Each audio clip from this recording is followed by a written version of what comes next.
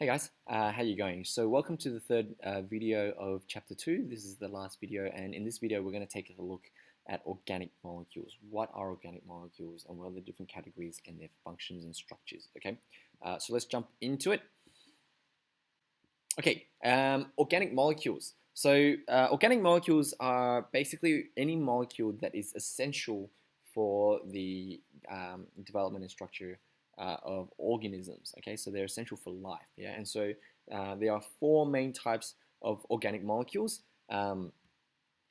The first category is the carbohydrates. The second one is the proteins. Third is the lipids, and the last one are the nucleic acids. Okay. Now, carbohydrates, and a few examples of those ones are glucose, sugars, all carbohydrates, sucrose, which is inside plants, cellulose, which is what the plant leaves are made up of, starch, things like potatoes and a storage molecule in plants, and glycogen are the storage molecules in animals. So your body and my body converts the glucose into glycogen for storage, okay?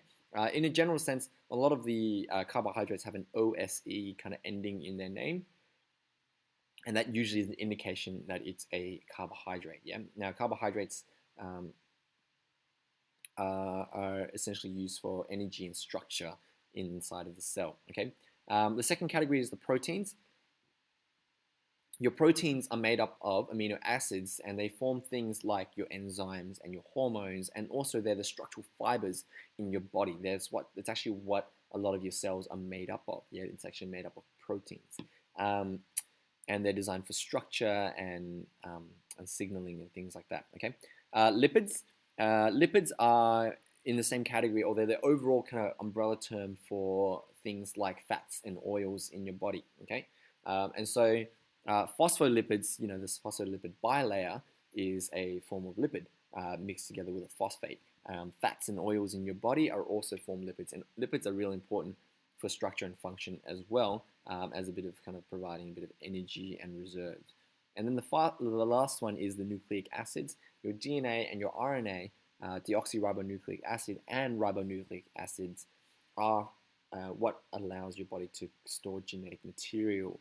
Right, and so that's what they're made up of there, okay?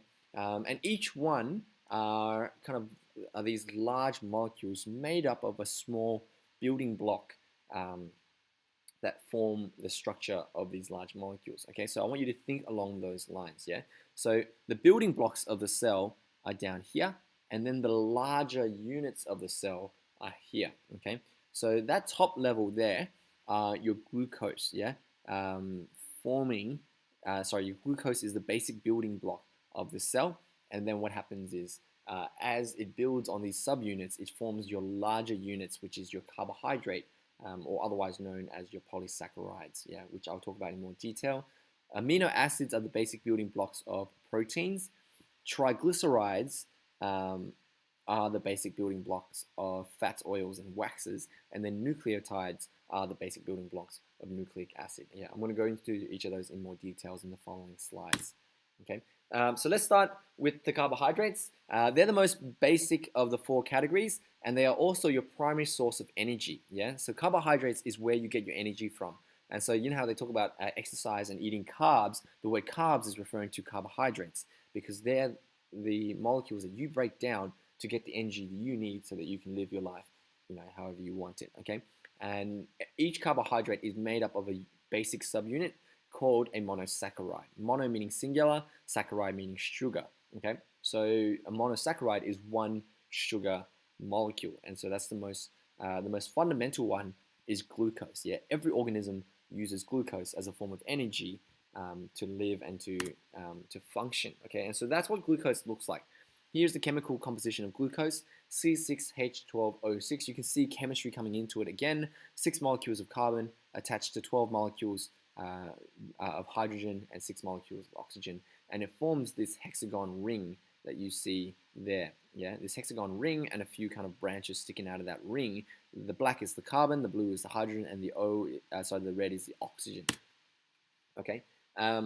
Glucose is the basic unit in animals and plants, but in plants it gets converted to fructose. It also produces a different form, which is fructose, You can see they look very similar, but there are a few differences if you look very carefully at some of the branches there as well. And so that's really important to take a look at and to remember.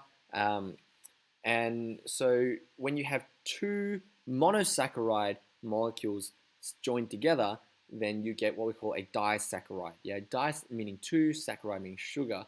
And so a good example is sucrose. Yeah, when you have a glucose and a fructose joined together, you get a disaccharide, which is a sucrose molecule. And sucrose is used by plants as a transport molecule. And so plants will produce glucose and fructose and attach them together and then send them around the different parts of the plant where it can then be used. Okay. Anything beyond 2 is now referred to as a polysaccharide. We have multiple or many carbohydrate units that are joined together, forms a polysaccharide. Poly meaning many, and then saccharide meaning sugar. And so polysaccharides are less used for energy and more used for structure and storage. And a good example is glycogen. Yeah, so if you eat bread, or if you eat lots of sugary foods like lollies and things like that, your body will then use the sugar, but they can't keep the sugar the way that it is. So what it does is it will then attach multiple glucose molecules together to form glycogen. And glycogen then gets stored in the liver and in your tissue. And so that's how your body stores that. It's midterm carbohydrate storage, and that's what it looks like. You can see very complicated, and each one of these little funny looking star thingies is a glucose molecule joined together into this large glycogen molecule. And in plants, it's a slightly different thing again. So plants have what we call cellulose, which is the structure in them that forms the cell wall. And so the cell wall is made up of these things called cellulose, and it is glucose molecule in these kind of sheets, not in this kind of molecule there, but in these sheets, which join together to form the fibers of the cell wall. And so you can see there, once again, really large, hundreds and thousands of molecules of glucose joined together to form your polysaccharide. And once again, not really used for energy, more for structure and storage. And because they're so complex, they need to be broken down back into the basic constituents in order to function. Okay. The next category are your lipids. So lipids include things like your fats, the oils, and the waxes in your body. And they're defined by the inability to dissolve in water. Lipids do not dissolve in water. And so therefore we call them hydrophobic. Hydro meaning water, phobic meaning fearing, because their chemical bonds are non-polar. Yeah? And so they don't dissolve in water, and they will attach to other lipids. Yeah? Now a lipid molecule is composed of two different sets of components. Yeah. In this diagram here, you can sort of see there these reddish part here is one component called a glycerol, which is what forms your backbone. And lipids are slightly different because they have these fatty acid chains that come off similar to your phospholipid bilayer, the phospholipid molecule containing a phosphate with a fatty acid chain. Lipids are a glycerol backbone with 3 fatty acid chains. Yeah, and so here is the glycerol. Yeah, it contains carbon, hydrogen, hydrogen, carbon, hydrogen, carbon, hydrogen, hydrogen, and then the fatty acid chain is joined together there through a carboxyl group, COO there. Yeah. Now the chain is what makes the lipids different. Yeah. So a wax might be different from an oil because the wax or the oil might have a slightly different structure in those chains. The glycerol stays the same across all lipids, but it's that fatty acid chain that changes the length of the chain, the way that it's kind of kinked. You can see that this one's kinked a little bit differently. How saturated or how many double bonds it has or single bonds it has determines what kind of molecule it is. Okay. So one glycerol and 3 fatty acid chain forms a triglyceride or one fat molecule, and they're the ones that form your lipids depending on the properties. Okay.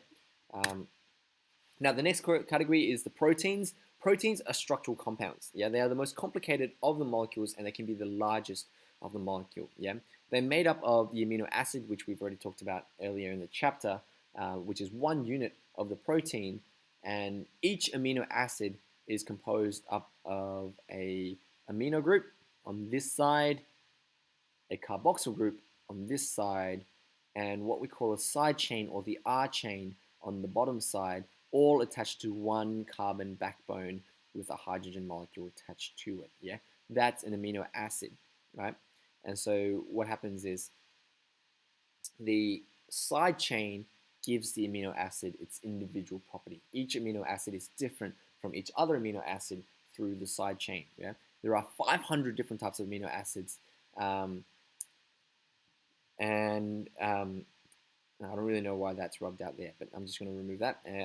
The essential amino acids are the ones that your body can't produce, and the non-essential ones are the ones that you can produce. And so you need a combination of both. Okay.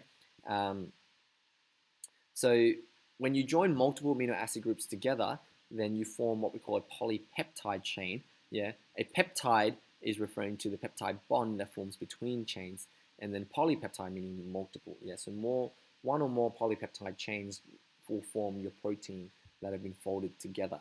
Okay, here is a guide to all of the amino acids. You don't need to remember all of them, okay? The key thing is to understand that each amino acid is slightly different in its structure, yeah? So you got alanine that looks a little bit like that, glycine and isoleucine and all of these ones, yeah? And you can then also see the ones with a solid ring are your non-essentials, and then the ones with a dotted ring are the essentials, yeah? Meaning your body needs to be able to get it from its diet, like valine, leucine, and things like that.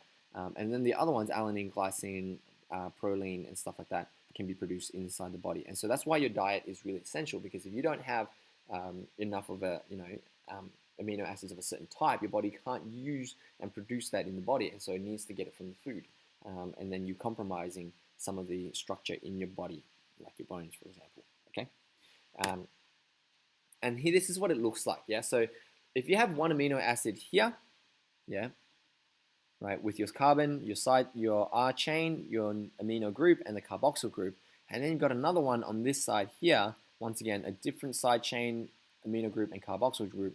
What happens is, in order for those two amino acids to bond together, when you put them in water, then naturally what will happen is the oxygen and the hydrogen from one carboxyl group will be removed along with a hydrogen from another amino acid, the amino group of another amino acid, and then the the H and the O on this side and the H on this side will form H2O, yeah, which is water. And what happens is the chain then joins together there, which that now forms what we call a peptide bond, yeah. And so here is what was once one amino acid group, which is now formed one peptide unit. And then here is another one forming a different peptide unit, and together they form now a peptide, a dipeptide molecule. And then if you keep going, that one there will then, that one there will join together with another one, and then you will have 3 and 4 and 5 and 6 and so forth, and that will form your polypeptide chain that you see there. That is what the ribosome does. The ribosome attaches one to the other, and then it keeps attaching it until it gets a long chain. And then what will happen is then it then folds the chain into an actual amino acid or a protein molecule. Okay, so that's what you do. And then by having hundreds of these things, you form your structural components in your body. So for example, one of your muscle fibers will contain a solid, like hundreds of these amino acids that are joined together to form just one muscle fiber. And then if you think about your muscles, like you see in the diagrams, there are hundreds and hundreds of these fibers, which then forms your muscles that you use. Okay. Okay, so that brings us to the end of the organic molecules. We will go into the DNA molecules later in semester 2, when you actually look at genetics. But those are your 3 major biological molecules there. Yeah, we'll look at DNA and RNA when we actually get to the genetics unit in semester 2. Okay. All right. That's it. This research task component I will talk about when we get to class, but that's not relevant for this video at the moment. Okay. I'll catch you guys later. See ya.